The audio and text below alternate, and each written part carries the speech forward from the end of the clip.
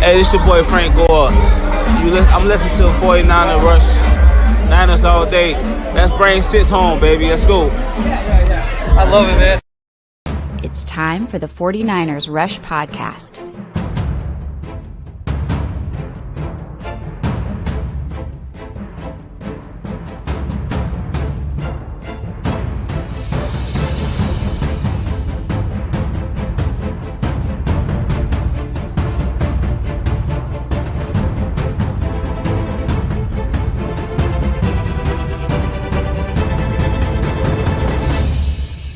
And here's your host, John Chapman. What is going on, faithful? It is absolutely incredible to be with you guys on a Victory Tuesday, Wayne. Is that what that is? It's what it is. Monday nights, you win. You celebrate on Tuesday. It's weird, but it's what it is. You know, I bought the Homage Victory Monday shirt, which is like I always pack it on my road trips. Oh, I got to get one. And so it's clean, but I was like, man, I can't wear it today. It says Monday on it. Gotcha. So I got my Brock Purdy Blitz shirt on. You know, always. I got the other guy on. You got CMC out there. Yeah, he'll be back. He'll be blitzing soon. Yeah, he'll be back. So this is going to be a fun show. First off, I want to thank everybody who's with us. Absolutely incredible game last night. Not as dominating as Week 1 last year against Pittsburgh, but pretty close. Pretty close. Resounding answers across the board, offense, defense, special teams, of just a superior football team than the Jets. And let's be honest, a lot of pundits across the NFL, they have the Jets as one of the playoff teams. They have the Jets as a Super Bowl contender. And to go out and to kind of completely wrap up that game, offense, defense, special teams, I think there was a little bit of a message sent. So, Wayne, what would that message be that the NFL received from the 49ers yesterday? I mean, well, it's an AFC team, but I mean, I think the Niners wanted to make a statement and say, look, don't let what happened in the Super Bowl fool you. Like, I think that's kind of like the message. And you saw how, you know, guys came back to practice. They came back with a different attitude, new body, new look, you know, from the top to the bottom. Like, the 49ers are out, and you can tell that every game they're going to be standing on some type of business, you know. So, look, they took care of a top defensive team. I don't want to say I never bought into the Jets being good, but defensively they were at least top 5, and they handled them. And so, like you said, in my eyes, they dominated the Jets. They were in full control of this game after they took the lead, after being down 3-7, and then they just never looked back. Now, where there's some things that they need to work on, absolutely. You could tell that they're in beginning season form, but right. They still dominated the New York Jets for the whole game, the entire game, straight pure domination. That's my word. Yeah, I like it because, you know, you got the Shanahan double dip, whatever, where you score right before the half, you waste down the clock, you kick the field goal after the Brandon Aiyuk drop, and then you come back out, you score a touchdown to start the second half. And it felt like from that point forward, it was done. Like the game at that point, you know, you just started the third quarter, and it just felt like the game was over. You know, whether or not that was the case, whatever. It's just that was the feeling in the stadium was business has been handled. Let's don't give the ball back to them. No turnovers, no freak plays. Everything's going to be all right. And so that's what's up. So, man, and I do want to say, everybody, so today we get the wonderful pleasure of having Wayne on our channel. Tomorrow, I'm going to be over there. You got to go check out the Wayne Breezy across all platforms. That's what's up. Tomorrow, 10 a.m. Pacific time, 1 p.m. Eastern time, all that fun stuff. That's going to be a good time. We got a couple super chats here. Let's jump in. What's up? Vincent knows Vegas. Love it all. Statement win. Drafted Jordan Mason weeks ago for my fantasy team. I got to be honest. I'm out tailgating, having a good time. That's when the news drops of the inactives and Christian McCaffrey's a scratch. And so everybody's like panicking, and I'm like, not me. Jordan Mason, bloop, bloop, bloop, bloop, put him in the lineup, won by like 15 points. I'm all good there. Let's talk some CMC. Let's talk some Jordan Mason. And we'll kind of bracket this conversation. Let's go to Kyle Shanahan. Shout out to the great Juan Salas for getting these clips ready. Here's Shanahan talking about the Christian McCaffrey injury. Just the same stuff that was bothering him all week. There was a little too much today. Game time decision. He came in, just talking to him about it. It was still there. thought it would be smart to keep him out, and glad we did. No, he didn't have a setback. I mean, it was on and off throughout the week. He was able to practice throughout the week. Just it was always bothering him to a degree, and sometimes it goes away, sometimes it comes back, and today was bothering him a little too much to where we didn't feel good about it. So CMC, everybody starts to panic. It's funny because I have like my emails and my DMs are like, oh no, we're going to lose. Oh no, we're going to lose. Like people just upset about how all of whatever. But man, I don't know. What's your take on this whole Christian McCaffrey injury? Do you think he'll be back this week? Do you think he's one more week out for the divisional game? How do you assess this, Wayne? I don't know. Like, it's tough. It's an injury that doesn't really. I don't know. Kyle Shanahan said that Christian McCaffrey came to him and said he was sore, but that somebody lying about something. Like, that's just who I am. Something's not right. Like, it just doesn't make sense. But anyway, as far as Christian McCaffrey is concerned, I think he'll be healthy soon. And then he'll be back ready to dominate the league. The good news is it gave Jordan Mason the opportunity to prove that he can handle a workload. And so we've never seen him handle a full workload. Actually, I think he had the most carries for a 49er running back since in this Kyle Shanahan regime. And so I thought he was being overworked a little bit. I'm like, yo, mix it up. Like, give somebody else a touch or whatever. Because if Christian McCaffrey's injury is something more significant, you don't want to overwork the guy that's replacing Christian McCaffrey. You want to make sure he's going to be great and durable. So I loved everything that I saw about Jordan Mason. What a find. Anthony Lynn found a running back that was going to be rough and tough, and that's what Jordan Mason is giving the San Francisco 49ers. And I feel like Kyle is just enamored by the guy who can get hit and carry 3 people and fall for 3 yards, and so I think that's pretty cool. And I messaged Kyle Brandt, like, I just added him on Twitter. I was like, dude, you got to find every one of his runs should be an angry run candidate. He was like, he's running hard, but he doesn't have that one play yet. So I didn't get a chance to watch Good Morning Football to see if Kyle Brandt decided to put Jordan Mason on there. But I'm like, bro, he was carrying 11 bodies, man. If you can carry 11 bodies and get 7 yards, angry run, hands down. I love it, man. And, it's funny because you talked about overwork. I don't know if the broadcast picked up on this, but there was one point where Jordan Mason came out of the game. He was like, man, I need a breather. And so then they send in Isaac Guerrero. This is like fourth quarter. So he's in the huddle. And then there was a timeout or something. I don't remember a penalty. And then they swapped him back out. So yeah, Isaac Guerrero got out there on the field, but he didn't get to run a play. And it was like, oh, we're going to get to see never mind. Back to Jordan Mason. It's just the way it goes, man. And I got to say, I've been on this Mason hype train. I know Wayne's been on the Mason hype train. A lot of people have, just because he's looked so good for so long. But, I like Georgia Tech quite a bit. I almost committed there to go there. I was going to be a walk-on preferred whatever. But so I always had a little Georgia Tech love in the back of my heart, even though I never went there. So I was big on Mason from the start. And I feel like a lot of people are like, man, what do we do with this moving forward? Let's assume that, guess what? CMC comes back and is healthy.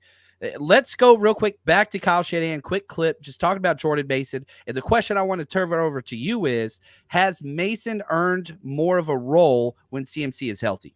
Runs like he always does. I mean, when you get him the ball, he breaks tackles, usually gets more than we block for. When we had the good lanes, he always hit them and got a bunch, but JP was awesome today. So, Wayne, does Mason deserve more? He does not. It's not about him deserving more. It's just he won't get the opportunity. Like, if Christian McCaffrey is back, that's the guy you're paying to be the guy. If he's cleared and he's healthy, that's the guy you go with. If Christian McCaffrey can't go, then you're lucky that you have a back that you can rely on and that can do things his own kind of way and be productive. And every week's going to be different. I'm not saying Jordan Mason is going to struggle, but there's going to be different defensive fronts that we're going to. My first key to victory was run the ball. Like, you can run the ball up the middle. You can run the ball to the outside. They have 2 defensive tackles and you run the ball, because if you stretch them, they're going to get tired. If you run up the middle, especially the Javon Kinlaw side, he ain't going to tackle. So it was clear. But what happens when you play a different type of defensive front, a different type of this? So does Jordan Mason like get more of a role? I think Kyle should definitely split, some of the carries and give him a percentage of it. But when Christian McCaffrey is there, he's your guy. He's the guy you're paying because, again, he's the matchup nightmare. There's a lot of stuff that they couldn't do with Jordan Mason that they didn't have to do against the Jets. But I guarantee you, if Christian McCaffrey was there, it would have spread that offense out a lot more. And you heard Brock Purdy say, hey, Jordan Mason was great, but we miss Christian McCaffrey here. We miss Christian McCaffrey and a couple of things. But Jordan Mason played phenomenal. So there's different things that Christian McCaffrey can do that, to me, helps elevate the offense. Mason elevates the offense, but it's just in a different way. There we go. And I'll say this, I hope that in certain roles, if he showed nothing else, if the Niners are up 2 scores, you can trust Jordan Mason to go out there and get those carries late in games, to close. That's what I want. Yeah, the closer, straight up. And I want to see that. I love the physicality that he continued to bring, and just a thumper. Now, I do got to say this because a lot of people, the biggest reason why people have said Jordan Mason hasn't played is the pass protection, which that is a legitimate concern. However, in this game, he had 5 pass pro snaps. He recorded the highest pass blocking grade for any 49ers player on offense, higher than all the linemen, higher than Kittle, higher than everybody. So as the game elevates, you are limited because he doesn't have the wiggle in the routes and all that stuff. I know he caught 1 of 1, but CMC he's by himself completely. Now, speaking of by himself, shout out to my man, Jack Cooley. Appreciate the bow tie and the super chat. He says, all-pro fullback Kyle Juszczyk caught 2 passes for 40 yards, critical on both rushing touchdowns. All held the Polish Punisher. Let's go, baby. Kyle Juszczyk, I thought by far one of his better games. PFS scores would agree with that, especially that wheel route, that little fullback leak out of the backside. It was nice to have a quarterback complete it, but it's always incredible when you see a fullback kind of switch his whole body around, secure the catch on a deep ball. What'd you think of Juice? I never understand why he's not utilized it more. I don't get it. It never made sense to me. The 1 year where he was being paid to be utilized, we saw everything that he can do, and then it was just now go back to blocking, lead blocking out of the backfield. We don't need you anymore. And I'm just like, bro, if you just unleash a little juice every single game, it will spark the offense. And so, Jack, I would like to see him utilized every single game, whether it's 2, 3, 4, 5 targets or 5 plays where he can be an impact. He's an impactful player, especially in the pass catching game. So I'm hoping we get a little bit more juice, especially since I think this may be his last year here. Ooh, you think so? It's tough. I hope one more year with him taking so much less money. I feel like next year's doable, but we got to see because some changes are going to happen. And for those changes to happen, shout out to my man JP. He says, my brothers, why did no rookies play on defense? What are your thoughts? Talk about Renardo Green, Malik, all those guys. They didn't need him. They didn't need him. DFF had a great game. George Odom was all right, but he played well enough. At the end of the day, the rookies weren't needed. And then you weren't going to put them out there. And plus, I think part of it is just the experience with Aaron Rodgers. You got to remember there was a time where Aaron Rodgers was converting every single 3rd down, and the Niners defense couldn't figure it out. But then Nick Sorensen adjusted. I think he made the proper adjustments, got the guys in the proper whatever after they gave up that touchdown to Breece Hall, 3-yard rush touchdown. And then after that, they adjusted. So I don't think the rookies, I don't expect the rookies to play much this season, to be honest, unless they're needed. But it's okay. It's okay. But Renardo Green was phenomenal on special teams, which is where he and Malik Mustafa belong, making plays at this moment until they get their opportunity, John. Opportunities are gonna come. This is football, but they weren't needed at this moment. There were no opportunities for them. I agree. And just allow them to experience. Pooney's different. Moody is a different human being, and we're going to spend a lot of time talking about him. He's more of an old soul. He's been here before or something. He's been in the league. That's what it looks like. That's what it Shout out looks to my like. man John. Look at the super chat. Appreciate it. He says, were you concerned about the trips to the red zone that only amounted to field goals? Kyle continues to be conservative, or is that just first game of the season? Wayne, kind of what's your take on that? If we look at just the team stats. They were 2 for 5, right? And Yeah. so that's bad. That's terrible. But there's context behind it. There were a bunch of penalties, dropped touchdowns, passes. Like, there's context with it, right? I thought Kyle, if there was only, I don't get Kyle playing conservative. I didn't get that. Is that it's conservative because we settled for field goals opposed to going for it on that 4th down when we were gonna go for it, and then Trent needed the IV and we can't, and then we decided to kick the field goal. I just didn't get conservative. I think that the game was comfortable. I don't know. I just look at all the bright side. Like, Jake Moody was hot, so why break it up? Hey, like, let's let this kid kick 18 field goals if he can. You want to build confidence, that's how you do it. I mean, and so, like, Moody came in, kicked a couple of 50-yarders, one banked in, right? And so if your kicker is hot, you rock with your kicker. You were already up. It didn't make any sense going for it and having your defense come back out on the football field. God forbid anything could have happened at that moment, because it just anything could have happened. So why chance it? Give your kicker the opportunity, come in, kick it, live for the next series. So I didn't get conservative from Kyle in this game. I thought Kyle did some dumb stuff or had some dumb play calls. I didn't get conservative. I think Kyle was trying to dial it up, and players didn't make the best of certain opportunities out there, and they had to settle for field goals. Yeah, and I think a lot of people were upset by the 4th and 1 call. Yeah. But you got to remember, Trent Williams pulled himself out of the game right He there. wasn't in there, yo. I'm sorry. I know people think we can get a 4th and 1 quarterback sneak, which the Jets were going to be more than likely prepared for. But when Trent's not on the field, do you really want to run that play? Even if you're not running the Trent side, they know. I wouldn't have done it without Trent. Like, not that play. Right. And again, you got to remember, we were up 13 at 4th and 1. So you kick the field goal, you're up 16. They have to score 2 touchdowns. 2 touchdowns and two 2-point conversions, but you already stopped them once on that. Correct. Like, they've been terrible. You got a 3rd down stop on one, your 3rd and 1 stop. You got a 4th and 1 stop. Like, they've been so terrible at short yardage because they couldn't run. They were completely one-dimensional. They had like 31 yards rushing at that point. So, and again, this goes back to my coaching, philosophy.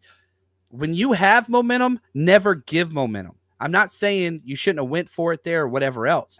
But if you go for it and don't get it, those tides turn. But I think they were going for it. So here's the thing. They were going to go for it. But then Trent came out. And then Trent came out the game. So I wouldn't consider that being conservative. Kyle was going to be aggressive. Kyle has zero problems when he knows he has his sure guys out there. When your number one sure guy is not out there, I think you kind of say, you know what? Moody's kicking. Let him go ahead and get this chip shot. And you use the mathematics. That changes the game. It forces the team to have to do certain things on the opposite side. Like, all right, man, we got to get 2 touchdowns and 2 2-point conversions. So it just changes the game a little bit. A touchdown would have put a dagger in the game, but a field goal was kind of like sealing the game. Yeah. I thought that they played well. You scored 8 consecutive drives. Like, that's crazy. Let's go to Shanahan real quick. 8 consecutive drives with points scored. You don't really have expectations like that. You try to score every time you get the ball, and I don't expect to go 3 and out ever, but it still happens. So I didn't know that we did that until they just told me, and it kind of made sense. That I don't remember seeing Mitch very much, and so that did make sense. Not having Christian is huge, but we've got a team that really commits to running the ball. We got 10 guys out there who block for whoever the running back is, and we got some running backs and some receivers who know how to lower their pads and run the ball too.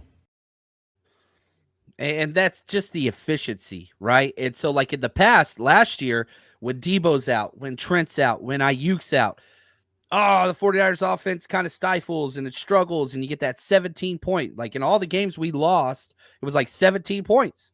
Even in the Super Bowl, we had like 19 points, going into the end of the, what's it called? Regulation. So the fact that you had a couple guys out, well, really just one CMC, but let's talk Aiyuk. Okay, let's go here. Tell me what your thoughts were on Aiyuk's overall performance and how you kind of grade that.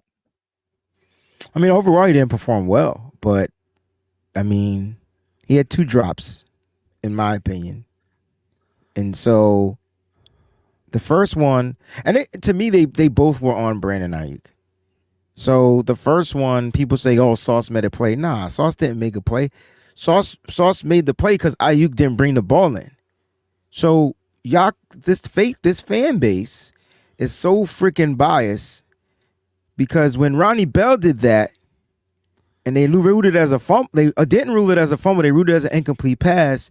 Oh, Ronnie Bell didn't bring the ball in. And this was preseason. We talk about this preseason right here.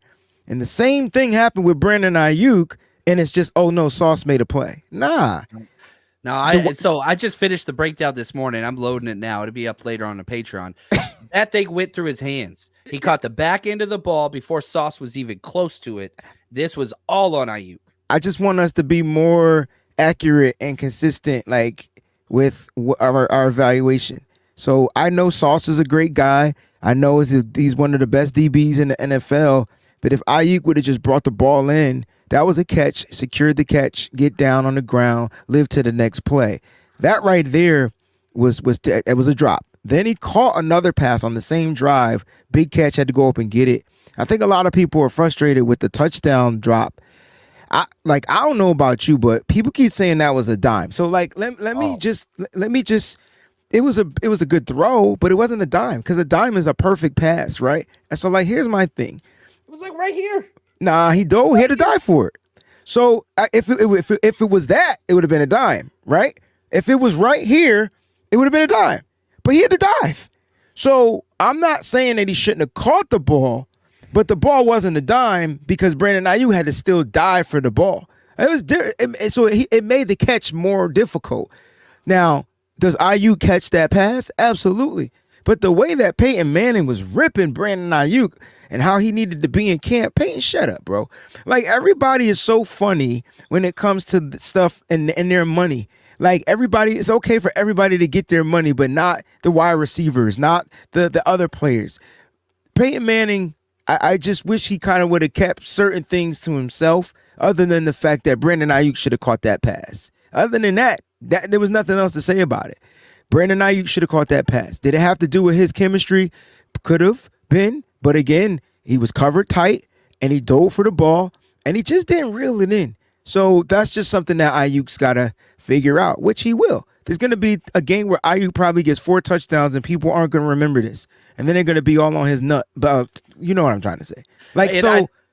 Keep come going. on. Yeah. My thing is this. If you got to back it up.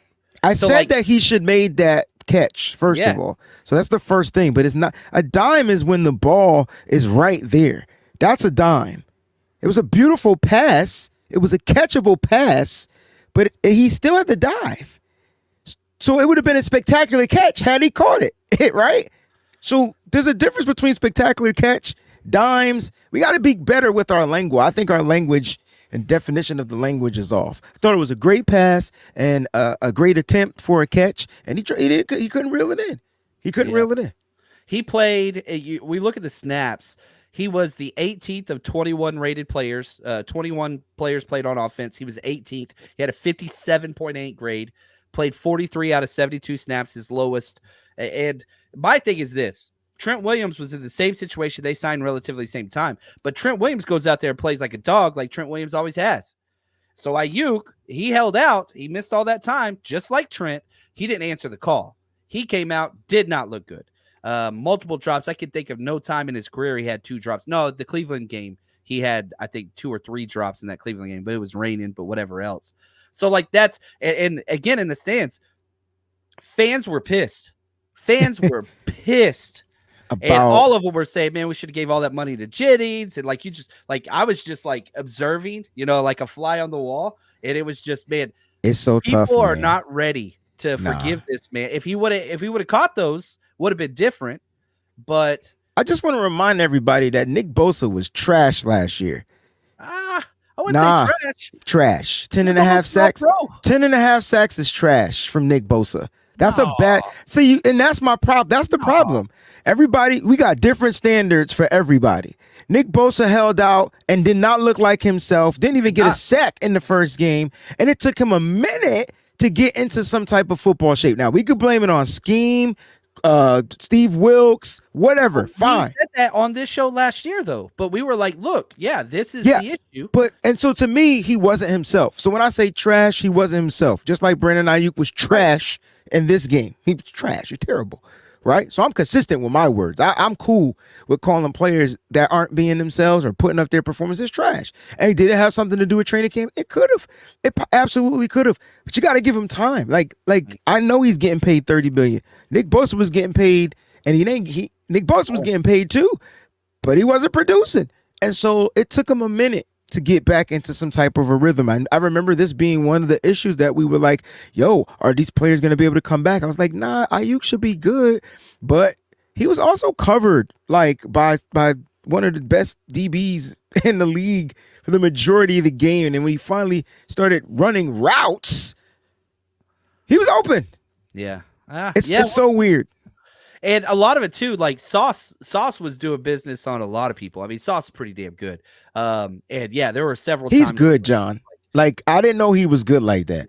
He's good. He's really, really good. And I don't like bigging him up, but damn. See, I've got a little bit more anger because you had Sauce and Charvarius Ward kind of going back and forth a little bit. Back and forth. And so then I'm like, man, Aiyuk, go to your answer for your guy. I felt like he didn't do it because every time Sauce was on him, nothing was happening. Was it 4 targets? No. Because I want to go over his targets. Because if I'm not mistaken, he was only targeted 4 or 5 times, maybe 4 times, 1 for 4. I can't remember. I'm pulling it up now. Sauce Gardner against Aiyuk, 1 target, 0 receptions. See, it was only one. It was only 1 target. They didn't even test him, but he was blanketing him. I'm telling you right now. Dude was shut down. And even whenever he guarded Debo, shut down Debo too. I love this chat. Bobo said Bosa definitely would have caught that pass. Bosa would have caught that pass. Look, and all I was saying about the pass was like it was a nice pass, but I don't see it being. Maybe I just don't know the definition of a dime, because if it was a dime, my receiver wouldn't have had to stretch. Brock Purdy placed the ball only to where his receiver can get it. So then it was up to Brandon Aiyuk to go get that ball, and he just couldn't reel it in. You know what I mean? Just couldn't reel it in. All right, well let's change this and let's go to this then. Who on offense are 2 or 3 of the players that you thought were some of the best players on the field for the 49ers? Like, who are 2 or 3 guys that stood out to you as like, man, this guy absolutely performed? I'm gonna start with the offensive line. I thought Dominic Pooney was an absolute mauler. I feel like we haven't had a mauler on this offensive line since Alex Boone, Mike Iupati, like those guys. Like the Pooney is a mauler. And we ran the ball severely a lot. And I think running the ball with Pooney was the biggest issue, right? It was like, he's not a great run blocker, great pass protector, not a great run blocker. And then he proved that he was probably one of the best run blockers in this game. So I thought that was great. I thought Aaron Banks. I thought the offensive line overall played relatively great. I thought they were B+, A- in my opinion. They only give up 8 pressures, bro. 8 pressures, no sacks against that defense. Now we knew that the defense was Quentin Williams-Dave like for the longest time. That's what I'm trying to say, bro. Like that's what I'm trying to say, and that was a guy that they had to find a way to like neutralize. Like they had to figure out how to get Trenton Williams done. Now, did it help that they didn't have a Reddick to prepare for sure? But we knew that the Jets weren't going to blitz, and the only time Quentin Williams' name was called was on the pressure that our guy Colton McKivitz gave up. They lined him up on the outside opposed to inside, and that's how great Pooney was playing. It was like, yo, man, Quinn was like, I can't win on Pooney, so put me on the outside and let me see if I can get in on Colton. He got the pressure there, and so look, I thought overall the offensive line was great. When I look at the offense, man, I know a lot of people might not give this guy his flowers, but Deebo Samuel was just the pulse of the offense. He had the most with 9 targets, 5 receptions. And you want to talk about a pass that if Brock would have placed as a dime, you want to talk about dime pass? If Brock would have placed that ball in front of Deebo Samuel when he had the nickel back on him, Deebo would have walked into the end zone. That's when he started complaining, right? That's when he was doing that. And then he had 2 penalties right after that. I was like, two penalties, but then scored the touchdown. Yeah, no, I thought that the chemistry between Brock and Purdy, or between Purdy and Deebo, it's growing, right? It took a minute. It took a minute. I was texting Vicky sitting, and she was like, "They need to go in the blue tent and hug it out." Like, so she's like, "They gotta hug it out, and they come back out, they'll be all right." But the cool thing is, it's not like Deebo was like upset. Like it was a smile, right? And so, like, first of all, Deebo was fun the whole game. I think I got nervous. Okay, let me tell you how dope Deebo was. No, because you need to know this.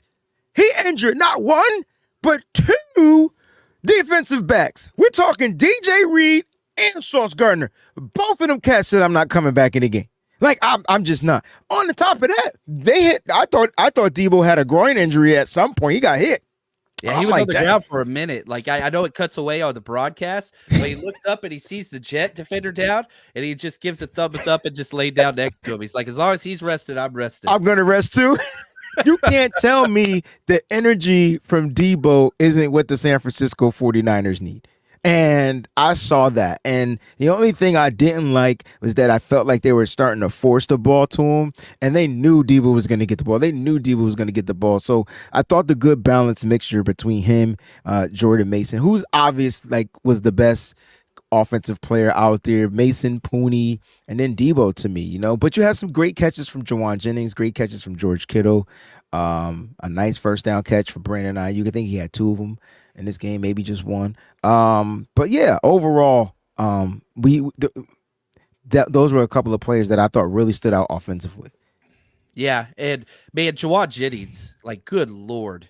Just anytime you were like, man, this is a big play, we could really use something, Jawan Jennings, just first down. It was like 2nd and 20 something. 2nd and 19, bro. Yeah, and it just didn't matter. It was just simple and just right over the middle against that, again, cover 2, and Brock Purdy just sit there. And I think 2 of the players, you know, if we look at just the PFF scores, okay, for offense, Brock Purdy was number 1, 89.6, just so clean, such a clean game. Trent Williams 2, Pooney 3, Jawan Jennings 4, Colton McKivitz. Now, let me say this. 72 snaps, though. Played all the snaps. He's an Iron Man. He never misses time. I walked away from the game being in the stadium thinking Colton McKivitz was terrible. It was his penalties, John. The penalties were rough. He had 2. Him and Deebo both had 2. And then he gave him 2 pressures. And 2 pressures. The run game, though, Colton McKivitz was awesome. I'm trying to tell you. Colton McKivitz was awesome. That's why I kept saying, like, yo, the offensive line was good. Like, look, man. If it wasn't for those penalties, McKivitz, and they were dumb penalties too, right? Well, all of them are dumb, but if it wasn't for those penalties, like, McKivitz overall probably would have been graded right there next to Trent Williams, maybe even higher. He had a higher, so run blocking grade. McKivitz had a 77.4. Trent had an 81.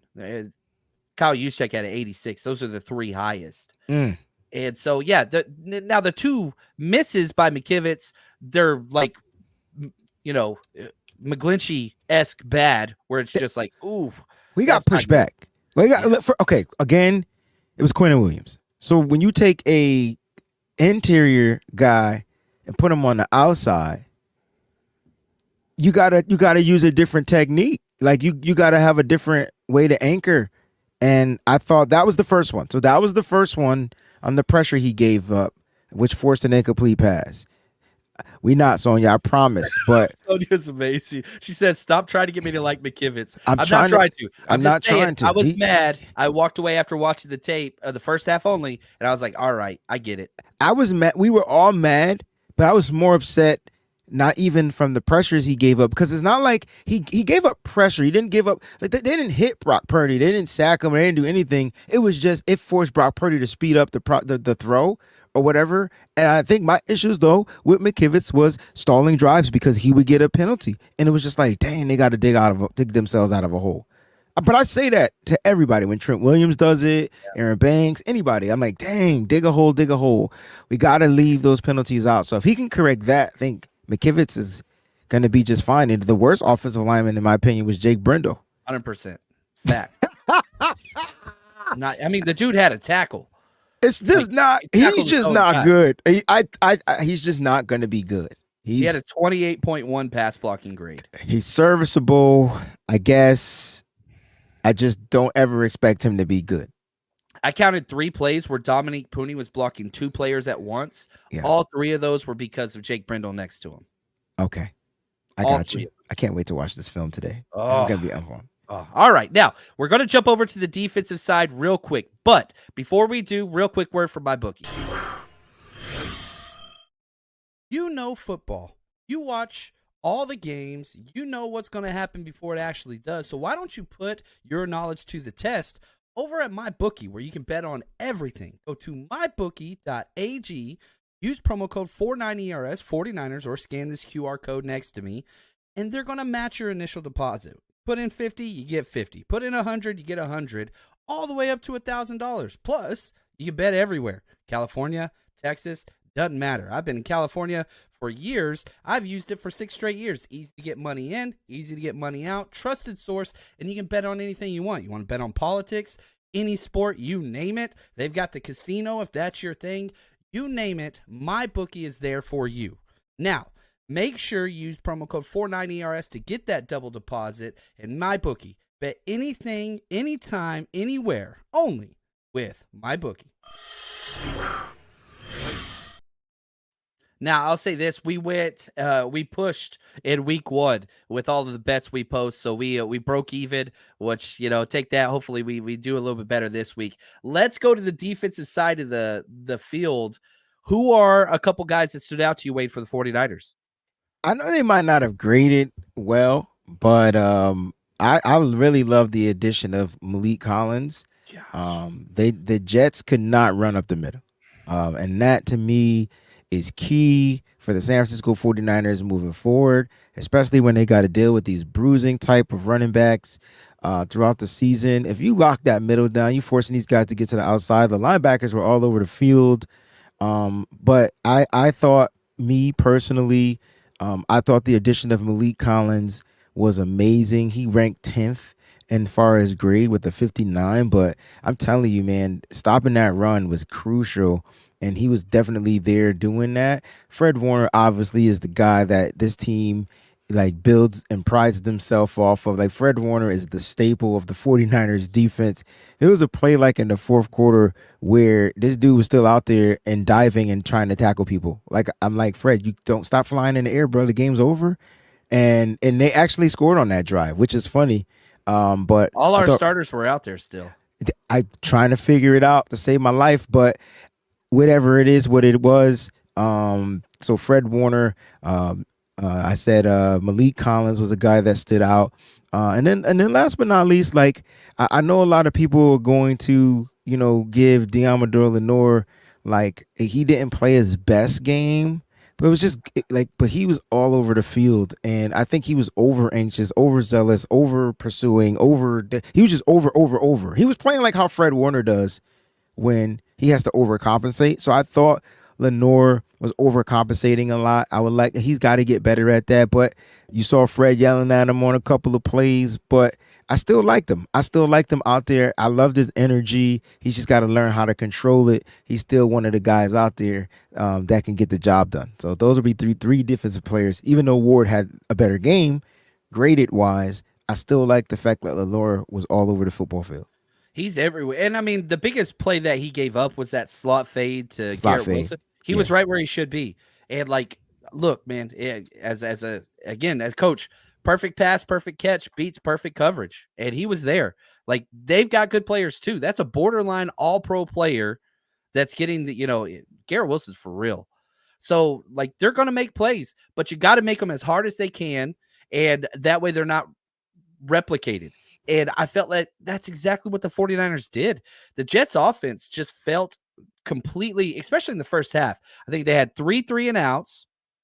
They had the one play turnover drive where Fred Warner knocked it out, and then the touchdown drive. That was it.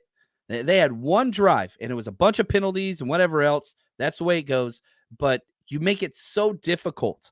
And whenever, did you see Garrett Wilson after the game where he's like, yeah, they kicked our ass. They kicked our ass. Yeah. They kicked our ass. So, like, whenever you've got their studs who have been waiting, that's the thing. The Jets have been waiting for Aaron Rodgers to play for over a year. They finally got it, and they still got their butts kicked. Still did. Yeah, there was that one play where he got Leonard Floyd offsides and threw the touchdown behind George Odom and Jair Brown. But, like, that Aaron Rodgers is going to do that. That's just what he's done his whole career. But I can tell you this, Rodgers didn't have a fun game out there. And a lot of that was because of the pressure and just how uncomfortable things were. The 49ers, they went out and did it. And remember, everybody was so worried about the run defense. 31 yards rushing halfway through the fourth quarter. 68 yards total. Yeah. And almost all that came on that drive without Aaron Rodgers. There it is. So I'm not concerned. I'm not concerned. It was the run defense and the offensive line. I think those are the two things that most people were concerned with, and those are the two things that outperformed. Like they went out there and got the job done. And so look, I know it's the first game. It's all good. The Niners just got to be ready to get back to it, get on the road, get to Minnesota, and get the job done. A place where they haven't won in a very, very, very long time. So it's going to be interesting. I'm not sitting here worried about Minnesota Vikings one bit. I know Sam Darnold had a great game against the Giants. I just want to make sure I make myself clear. It was against the Giants. They're going to be facing the juggernaut defense early in the season, and this 49ers defense looked like they are ready to tee off. And you talked about pressure on Aaron Rodgers. They pressured Aaron Rodgers, right? They pressured Rodgers 11 times, right? But here's the thing. What do you think they're going to do to Sam Darnold? And I tell you what, John, you don't even have to answer that, because tomorrow you're going to talk about the game plan on the Wayne Breezy show. So I'm excited to see how you prepare for the Minnesota Vikings. We got a lot of tape to break down today, which I'm so pumped about. I'm very, very excited. What's up? Look at this. We got the Godfather in the house. Nicholas, what's up, man? Appreciate you, brother. He says, what's up, bros? On our way to the San Francisco airport. What a great trip and weekend. There's nothing like seeing it live with the people you love. That's awesome. I had a wonderful opportunity to hang out with him and his family this weekend, which was so cool. Man, appreciate you, Para. You guys are the best. And it was such a cool weekend. You know, I got to say this. Maybe one of the coolest atmospheres that I've experienced at Levi's. It felt like it was level 10. I was curious to see how I was going to respond. Everybody was in their seats early, way before kickoff. There were several different moments. The Frank Gore halftime speech was awesome. The Ricky Pearsall moment, where I don't know if this was on the broadcast or not, where they had the first responders, the police officer and the nurse that were there. He gave them kind of autographed jerseys, hugged them on the field. That was epic. There were just so many moments in the game where it was like, man, this feels like playoff type atmosphere in the stadium. It was rocking, man. It was loud. That's what's up. Loud. And Levi's is not known for that. We didn't get to see on the TV feed all the stuff that you guys got, but I did have my YouTube links. I was watching the halftime stuff. So yeah, like I was there, but I wasn't there. Like, you know what I mean? I love it, man. I love it. So it's going to be fun. Now, for those of you, again, we're focusing a lot on next week, and I'm super excited about that. If you are going to the Minnesota game, you got to be kidding me. You're going to come party with us. 49ersrushroadtrip.com, baby. We're going to be Crave Rooftop downtown, 825 Hennepin from 2 to 6 p.m. on Saturday. It's my birthday, September 14th. Come out, party with us, have a good time. We're going to have it. I can't freaking wait. And then, of course, we've got our tailgate. It's an early kickoff, so we'll be out there bright and early, serving up all kinds of good food, unlimited drinks, and probably one of my favorite stadiums. I love the Vikings Stadium. That's a cool spot. They got the Skull Chant. If you've never experienced that, pretty cool. But we got to go shut them and Sam Darnold up. Country Music says Darnold's got some intel on us, 100%. He definitely does. Oh, it's going to be fun. But Wayne, real quick, I would be remiss. We've got to talk about two things, and I was going to let it pass, but Coach Cruz came in. Michigan Moody. We got to talk about my Longhorns just briefly. I just want to say, Oh, they whipped my teams. They beat the snot out of my. Listen, Michigan. First of all, I'm accepting the fact that Michigan is done, so it's cool. I'm cool with it. And they played the best team in college, and they got waxed. And that's cool. But it's hard to win when you don't have a quarterback. It's hard to compete, when you don't have a quarterback. So if you guys know, I'm a Michigan fan, and I have zero problems talking trash about my Michigan Wolverines or anybody, but they sucked. They sucked. And so they need to figure that out. So I'm glad. Thank you for the beatdown. I receive it. But let's talk about Moody, though, because that's a Michigan man that decided to say, hey, don't let what you saw my rookie season fool you. That's what I was trying to get everybody to understand, man. It's like this kid has got it. He's just got to get it out of his own head. Even George Kittle said it was really good to see him not in his own head. Like, that's what it is. That's all it ever is. And so it was good to see him get out there. He had a couple of long ones. You could tell Kyle Shanahan's fully trusting him. And I lost 3 football leagues because somebody had Jake Moody as their kicker. Dude, it went off. I got so many the kicker got me 30 points. That's what it is. I mean, that's the way it goes. I want to say real quick, just shout out Jay, happy birthday. Happy and my birthday, man Josh, executive producer of the show. Happy birthday to you as well. My birthday's this week. It's September, man. All our parents were crazy during New Year's. That's why all this going on. That's just what it is. That's okay. That's okay. But yeah, Jake Moody, 6 for 6 plus the 2 extra points. One of them even he called the bank shot from, he's that guy, the over the head shooter bank shot at the YMCA. He hit one of those, which was cool. If you're going to be that consistent with it, man, that's huge because 2 plus 50-yard kicks, that's huge. And that's so huge. That's a fill. That's a woo. Because if you missed, they got good field position, but you got to talk about the trust from Kyle Shanahan. And you got to look at it. You know how I'm looking at it? I'm looking at it like this. There's going to be some games where you're going to need your kicker to win the goddamn game, right? Your kicker's just going to have to come out and, hey, it's a game. Offensive isn't flowing. But that one particular drive, the offense, Brock Purdy gets his team into what it needs to be as a game-winning decision. Now, the difference to me is that they didn't call timeout to ice him. I still would like to see the icing and him making the kick after the icing. Yeah. That's the only thing that was different. We had a comfortable lead. He was kicking them. So I would still like to see that. But Moody, I trust, man. He's money. Dude, he's awesome. And I also thought the kickoffs were great. I loved all the touchbacks. There were one kick where he kind of didn't hit it square, but we stopped him before the 30. So I was cool with that too. Not mad at that. So whenever you can get good play from your special teams like that, and on top of that, you punted the ball one time, I think. That was it. Yeah, we didn't see Money Mitch this whole game. That's crazy, right? That's great. It's great. That's great news. Now, right here, we've got a question. When was the last time we won at Minnesota? Oh, dude, it was a long time ago. Now. But we'll pull it up. It was a long time ago. Jeez, I'm still scrolling. Here we go. 1992. I said long. Is what I'm looking at. Let me pull up here we go. Y'all want some fun names? There was Steve Young versus Rich Gannon. I remember Rich Gannon. Lee led us in rushing. Number 22, Amp Lee. And Roger Craig was playing for the Vikings. Man, that was just like an old hats team. We had Rice, Brent Jones, John Taylor, Rathman. That's what's up, man. Whew. Man, that's way back. Way back. That's a long time. I was 9 years old. And the crazy thing is, we played there last year, and it looked like we could win. But a couple of mistakes, that's all it took. We cleaned it up. Hopefully 32 years. 32 years. Woo. That's a long time, man. We got a lot of pain and retribution. In the words of Clubber Lang, what do you predict this weekend, 49ers fans, for Sam Darnold? Pain. Pain. Pain. I can't get my accent out, but yeah. Pain.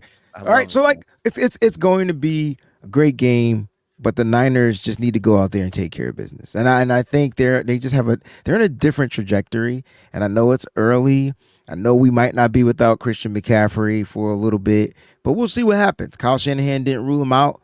He said we'll ask him about the pain, and see how it is. But the good news is the Niners have a Jordan Mason, and they have a way of responding if McCaffrey doesn't play. And let's just hope Brandon Aiyuk and Brock Purdy are just more on the same page come week 2. All right, which I believe that they will be. So you just got to give them a couple of weeks to get into rhythm, to get in sync with each other. Everything's going to be fine. Everything's going to work out for the greater good, everybody. And that's the thing. Work whenever you, as a coach, the best is when you win a game and you have things to work on. The worst is whenever you lose a game and you're just like, you're going crazy, stir crazy. Yeah. And so like whenever you win, plus you still get some of these teaching coachable moments and some of those issues to kind of correct after a win like that, that's huge. So super excited. 1-0 versus 1-0. That's what we want. Niners, just like the Grim Reaper, slashing down these teams' hopes. And who better to do that too than Sam Darnold, who was with us. And we're going to talk about that all day tomorrow. So Wayne, this has been a blast. I got to go do some more film work. Wayne's got me working. That's what it's going to be. So Wayne, take us out of here. Let's wrap this show up, and we'll be back on Wayne's channel only tomorrow at 10 a.m. Pacific, 1 p.m. Eastern. Faithful, we are 1-0. Let's make it 2-0. Get your energy together. We packing up our bags. We headed to Minnesota, and we about to Viking the Skull Gang. Faithful to the Bay all day, right here. Rush.